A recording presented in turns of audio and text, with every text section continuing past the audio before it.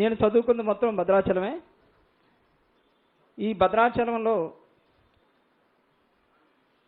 ఆంధ్రప్రదేశ్ విడిపోయిన తర్వాత 2 రాష్ట్రాలుగా విడిపోయిన తర్వాత మా 5 పంచాయతీలు దిక్కుతోచని పరిస్థితిలో వాళ్ళ జీవనం కొనసాగుతుంది. కనీసం ఎమర్జెన్సీ అయితే రీసెంట్గా ఒక ఇల్లు తగలబడితే, ఒక హోటల్ తగలబడితే భద్రాచలానికి ఫైర్ ఇంజిన్ కాల్ చేసి చెప్పినా కానీ వాళ్ళు రాలేదు. మీది ఆంధ్ర అని చెప్తే కోనారం నుంచి వచ్చేలోపు బుగ్గిపోలైందండి. ఇది మా పరిస్థితి.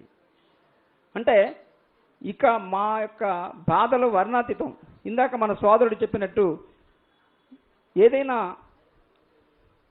కేసులైనట్లయితే ముఖ్యంగా ఏజెన్సీ ప్రాంతంలో ఎస్సీ ఎస్టీ బీసీలకి ఎక్కువగా తప్పుడు కేసులు బనాయిస్తూ ఉంటారు, తప్పుడు కేసులు ఎక్కువ వెళ్తూ ఉంటారు.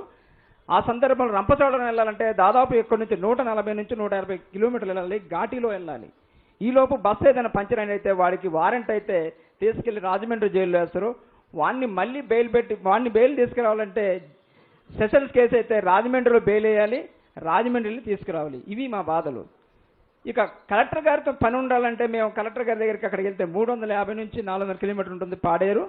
మేము వెళ్ళేలోపు కలెక్టర్ గారు ఉంటారో తెలియదు, ఏ పని మీద ఉంటారో తెలియదు, ఉండరో తెలియదు మాకు. అక్కడికి వెళ్ళిన తర్వాత అవసరమైతే ఒకరోజు అక్కడ స్టే చేయాలి. స్టే చేయడానికి ఇక్కడ ఉన్న ఏజెన్సీ ప్రాంతంలో ఉన్న పేద వర్గాలకు చెందిన మాకు అక్కడ ఉండటానికి కూడా కనీసం వసతులు కూడా లేవు. ఇక్కడ చూసినట్లయితే ఇందాక చెప్పినట్టు సోదరుడు 820 ఎకరాల భూమి టెంపుల్ భూమి ఉంది మొత్తం వ్యాప్సింది. ఇక్కడ దాదాపు